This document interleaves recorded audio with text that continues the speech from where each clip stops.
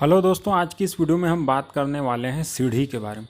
तो देखिए, अगर आप अपने मकान में स्टेयरकेस बनाते हैं तो हम आपको इस वीडियो में 5 ऐसी बातें बताने वाले हैं। अगर इसके बिना आप अपने मकान में स्टेयरकेस बनवाते हैं तो आप बहुत बड़ी गलती कर सकते हैं।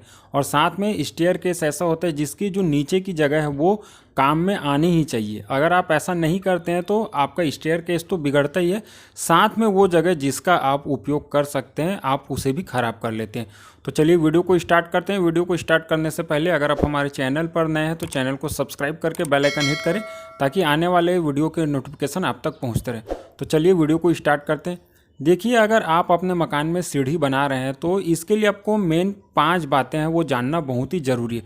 सबसे पहले हम सीढ़ी के टेक्निकल फॉर्म को समझ लेते हैं कि इसमें जो मेनली ज़रूरी पार्ट है वो कौन कौन से होते हैं। कि सबसे पहले इसमें आता है स्टेप, यानी कि जिस पर हम पैर जमाते हैं वो। दूसरा राइज़र, यानी कि जो एक टप्पा जिससे मिलकर बनता है, जिसकी हाइट की बात करते हैं उसे बोला जाता है राइज़र। तीसरा इसमें आता है सीढ़ी की चौड़ाई, यानी कि आपको सीढ़ी जो अपने मकान बना रहे हैं उसमें सीढ़ी की स्टैंडर्ड साइज़ क्या होती है इस बारे में। चौथा होता है लैंडर, यानी कि सीढ़ी का जिसे प्लेटफॉर्म बोला जाता है वो। और पांचवा होता है हैंडलिंग, यानी कि जो सीढ़ी हम पकड़कर जिसे ऊपर चढ़ते हैं, जिससे हमें चढ़ने के लिए एक्स्ट्रा ग्रिप मिलती है वो। तो आज हम इन 5 टॉपिक के बारे में बात करने वाले हैं, जिससे आपको आसानी से ये समझ में आ जाएगा कि अगर आप अपने मकान में सीढ़ी बनवा रहे हैं तो आपको कहाँ पे क्या गलती नहीं करनी। तो चलिए वीडियो को स्टार्ट करते हैं।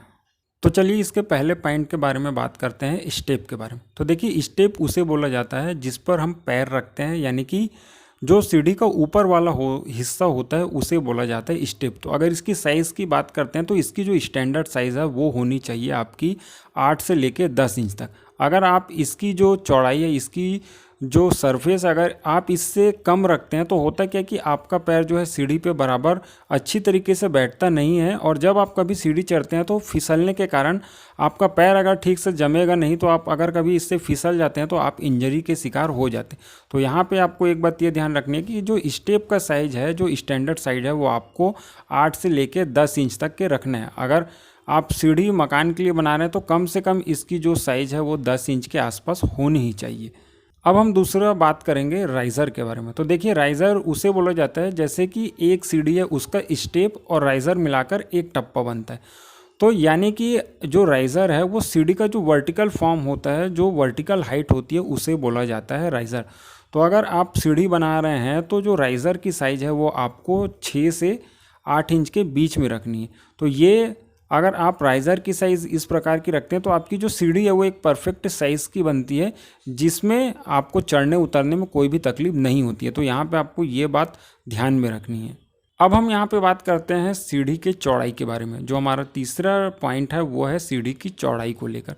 तो देखिए, अगर आपका मकान 600 से लेके 1000 स्क्वायर फीट या 1200 स्क्वायर फीट का है तो इसमें आप जो सीढ़ी है उसकी चौड़ाई कम से कम 3 फीट रखें। ये सीढ़ी की स्टैंडर्ड साइज़ होती है। अगर आप बड़ा कंस्ट्रक्शन करवा रहे हैं तो आप सीढ़ी की जो चौड़ाई है उसे 4 से 6 फीट तक भी रख सकते हैं, लेकिन आप मकान के लिए जो सीढ़ी की चौड़ाई है उसे कम से कम आपको 3 फीट रखना ज़रूरी होता है। अगर आप इससे कम रखते हैं तो आपको सामान लाने ले जाने में दिक्कत होने लगती है। तो आपको यहाँ पे ये बात ध्यान में रखनी है। अब देखिए, इसमें जो चौथा पॉइंट आता है वो है लैंडर का, यानी कि प्लेटफॉर्म का।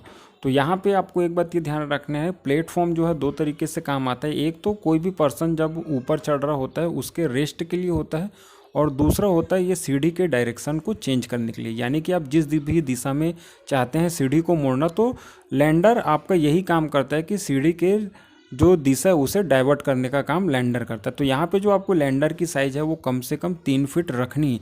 अगर आप ऐसा नहीं करते हैं तो आपको लैंडर की जगह में परेशानी हो सकती है। दूसरी आपको इसमें एक बात और ये ध्यान रखनी है कि जो आपका लैंडर है उसकी जो हाइट है वो कम से कम 7 फीट पर होनी चाहिए।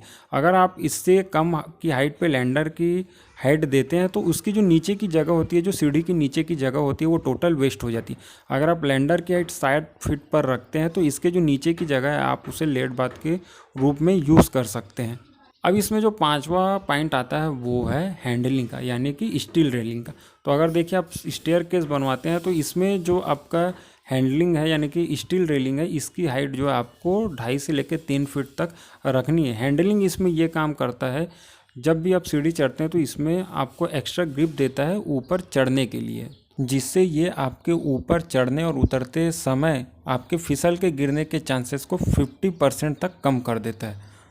तो आज के लिए इस वीडियो में बस इतना ही। उम्मीद करते हैं वीडियो आपको पसंद आया होगा। चैनल पर नए तो चैनल को सब्सक्राइब करें, वीडियो को लाइक और शेयर करें। आज के लिए बस इतना ही। धन्यवाद।